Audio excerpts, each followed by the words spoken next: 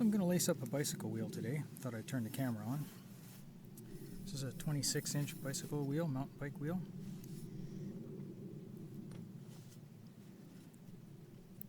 .36-hole hub.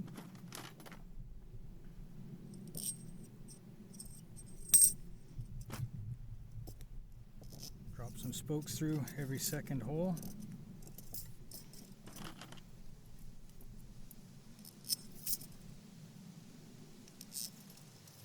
Super hot here today, 32 degrees Celsius.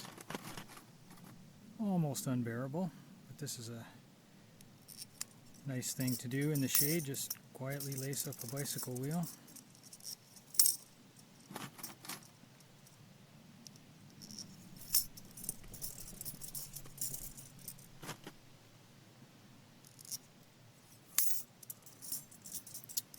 Alright, so we've got the valve hole is right here in the rim, and you can see that while the spoke holes are on center, they have draft to them. They're tipped this way and that way, so we want to make sure we observe that as we're lacing it up.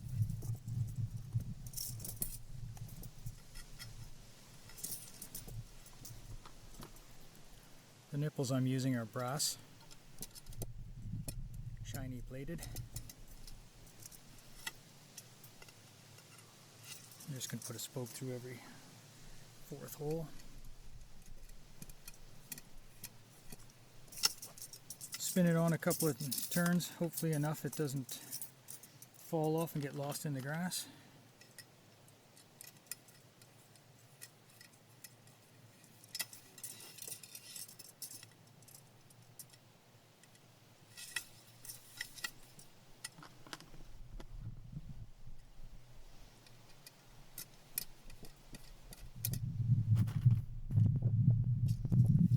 Certainly no expert at this, but I'm just following the method outlined in the book The Bicycle Wheel by Jobs Brandt.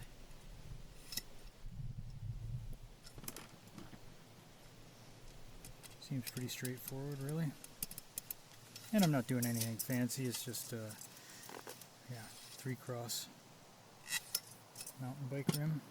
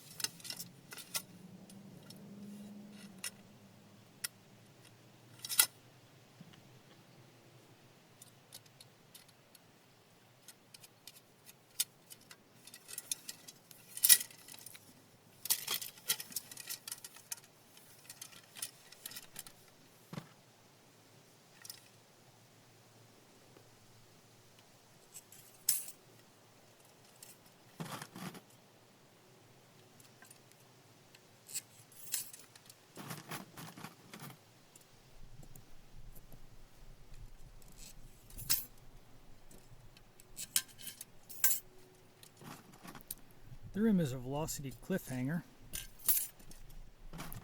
It's a double wall rim, no eyelets, and it's a pin joint.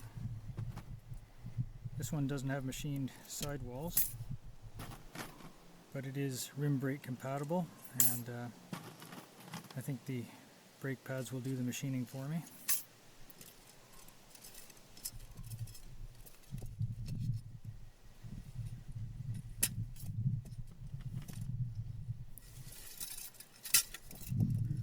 Second set of spokes in now, just pretty much like the first set.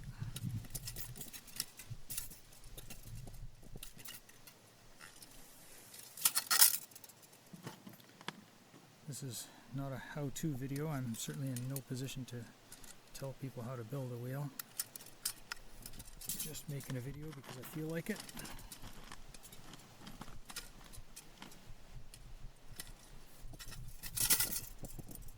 I'm just going to lace it today.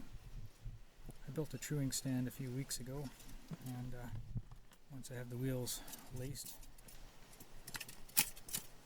I'll move into the truing stand, get them tensioned up and straightened.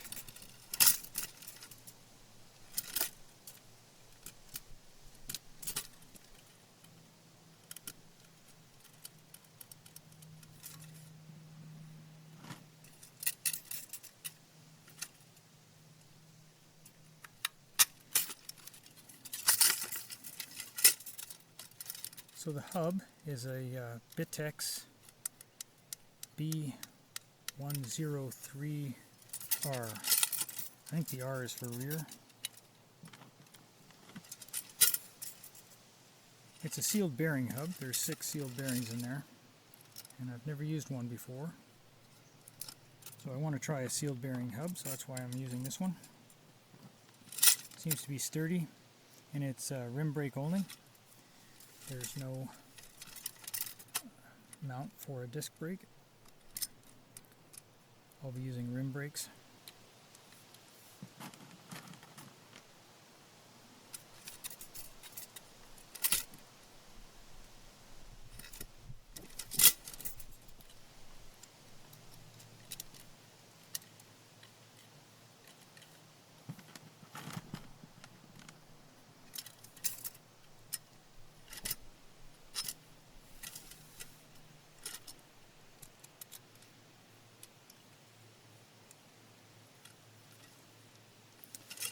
That's the second set in.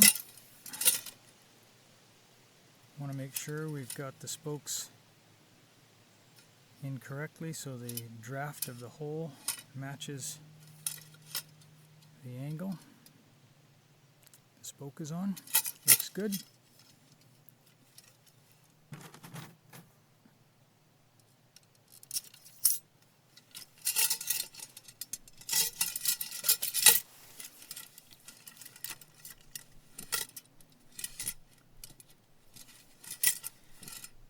I'm just finding that valve hole there.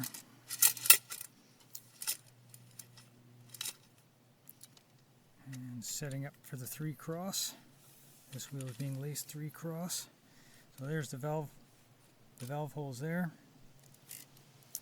And 1, 2, interlace the 3rd one. Next available hole in the rim.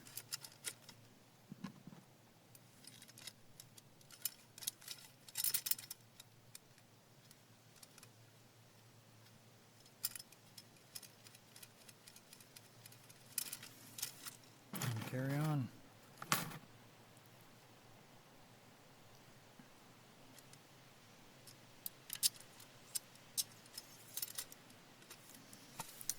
Over, over, under. First cross, second, third. 3 cross rim. 3 cross lacing rather. I should mention the ends of these spokes are incredibly sharp. And would certainly do a number on your rim finish if you weren't careful.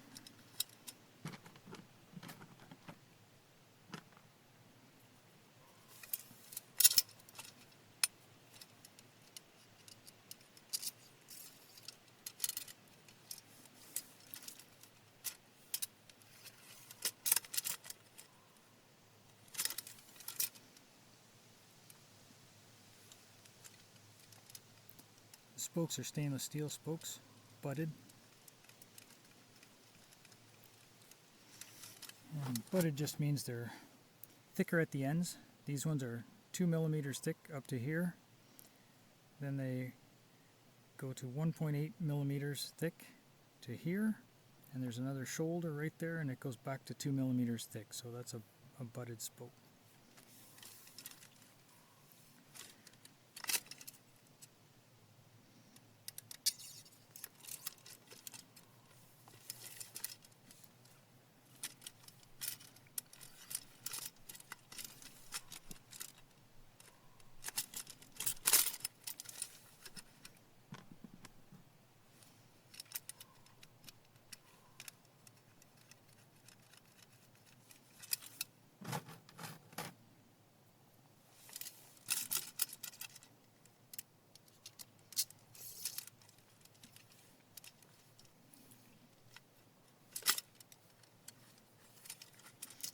really paying attention to the end of the spoke because I don't want to scratch the rims too much.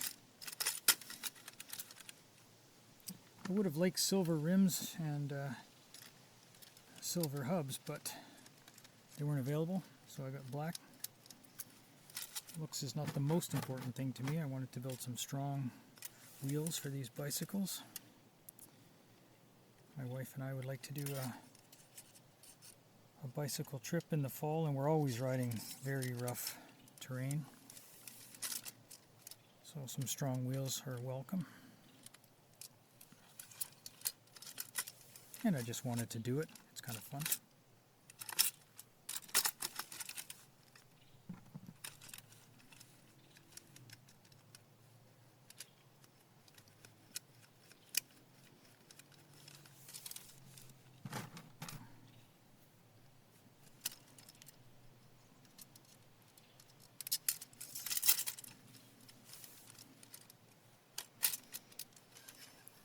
There's lots of different patterns people lace wheels in, interlaced or not.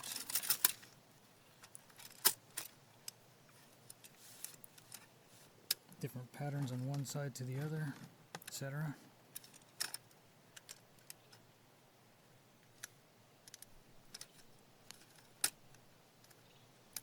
This would be a really simple wheel, I guess, which is good.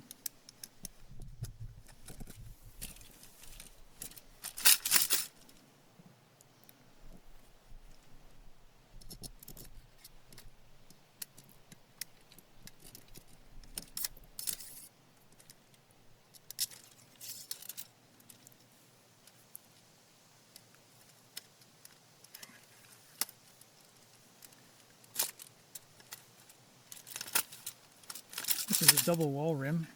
I find sometimes the heads of the nipples get stuck on the inside part of that section, making it hard to pull the hub over and get the other side nipple on, but eventually it goes.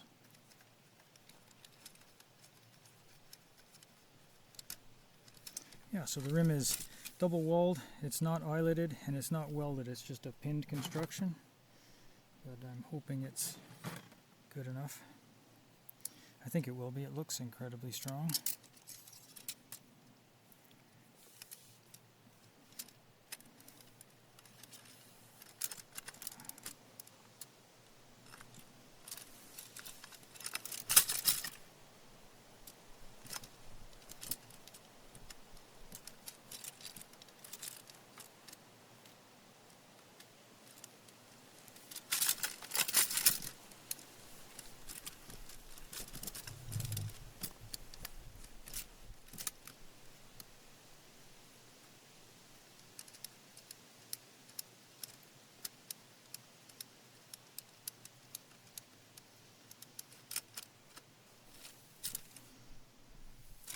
All of them on that side.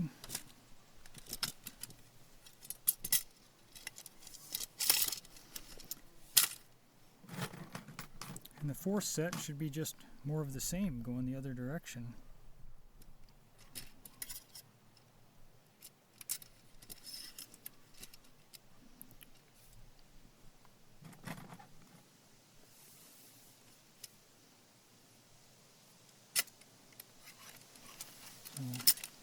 One, two cross, third one's interlaced, and the only hole left.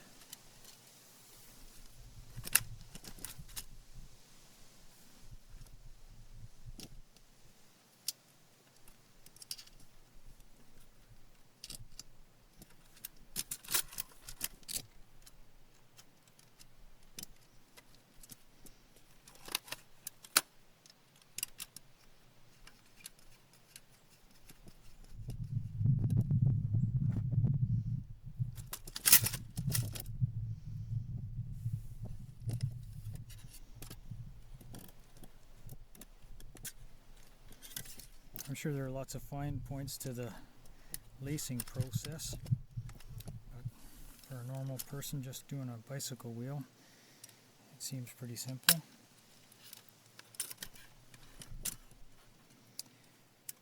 This hub doesn't have any lettering on it or labeling. If it did, you'd want that to be visible through the valve hole. things like that, aesthetic things.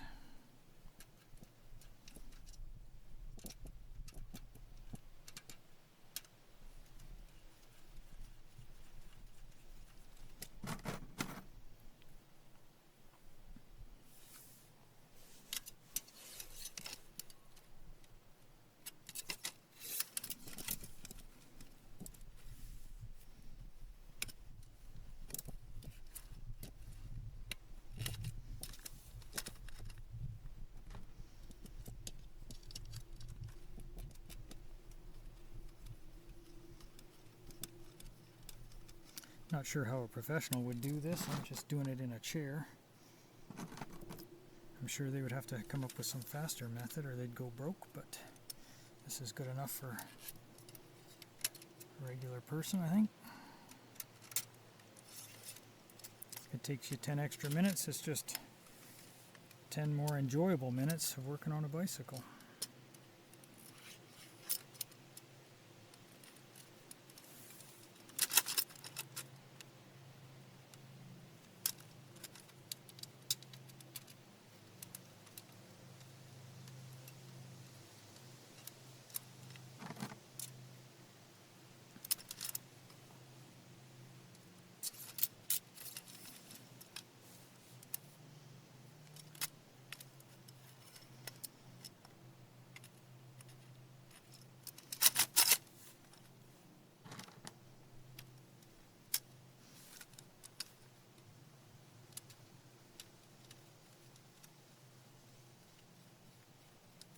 I have not pre-oiled these spokes.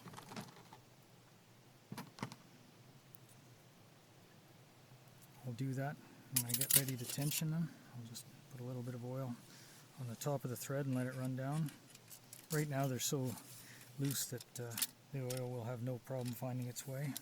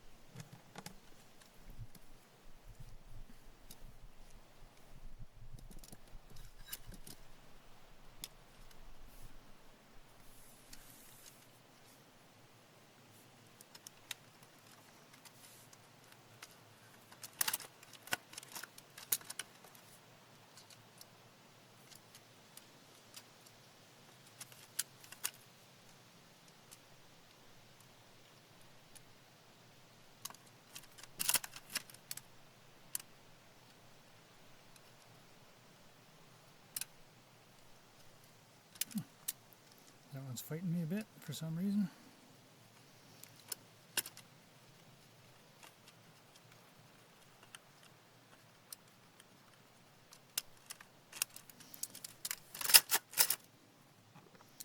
Last spoke. Doesn't take terribly long, and I'm sure people who do it regularly would be a whole lot faster.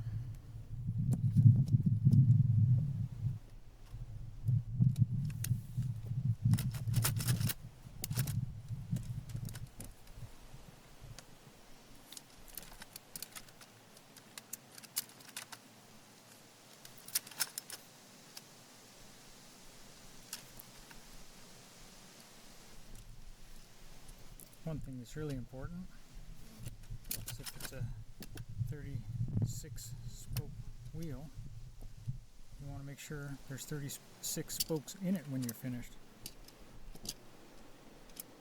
Other than that, if you can count to 4, I don't think you can go too far wrong. And nothing is irreversible, so if you make a mistake, it's easy enough to take it apart and do it again. So let's find the valve hole. There it is. And we just want to double check that we've got two parallel spokes there so we can get the pump on. If the valve hole ended up in here, it would be pretty tough to get the pump on. So we're in good shape that way. I don't see any other issues, so I think it's ready for truing, tensioning, etc. Dishing.